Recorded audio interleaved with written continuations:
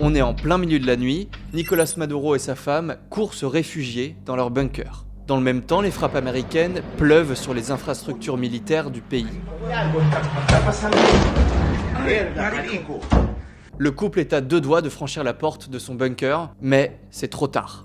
L'unité d'élite américaine Delta est déjà là, pile au bon endroit et au bon moment. Des mois de préparation pour une mission de 5 heures, rapide et millimétrée. Il est 22h46, Donald Trump lance le feu vert de l'opération Détermination Absolue. Il est dans sa résidence personnelle de Mar-a-Lago en Floride, accompagné du directeur de la CIA, John Ratcliffe, et du secrétaire d'État américain, Marco Rubio.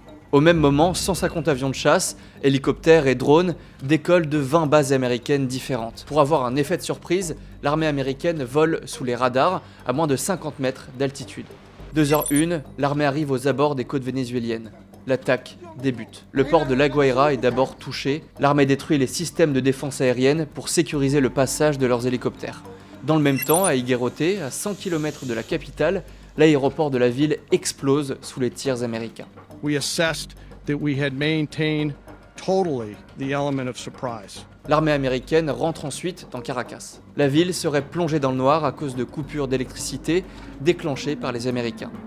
Là, les attaques visent des infrastructures militaires comme celle de Fuerte Tiuna, mais aussi la base aérienne de La Carlota.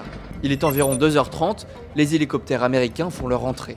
Ils transportent la Delta Force, une des unités les plus qualifiées des forces spéciales américaines. Elle est spécialisée dans l'infiltration et exfiltration. Dans la précipitation, Nicolás Maduro court se réfugier dans un bunker avec sa femme, mais c'est déjà trop tard.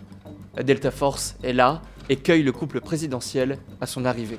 Le président vénézuélien, encore en pyjama selon Donald Trump, n'aurait pas résisté à sa capture. He was trying to get to a safe place, which wasn't safe because we would have had the door blown up in about 47 seconds, they say on average. He made it to the door, he was unable to close it.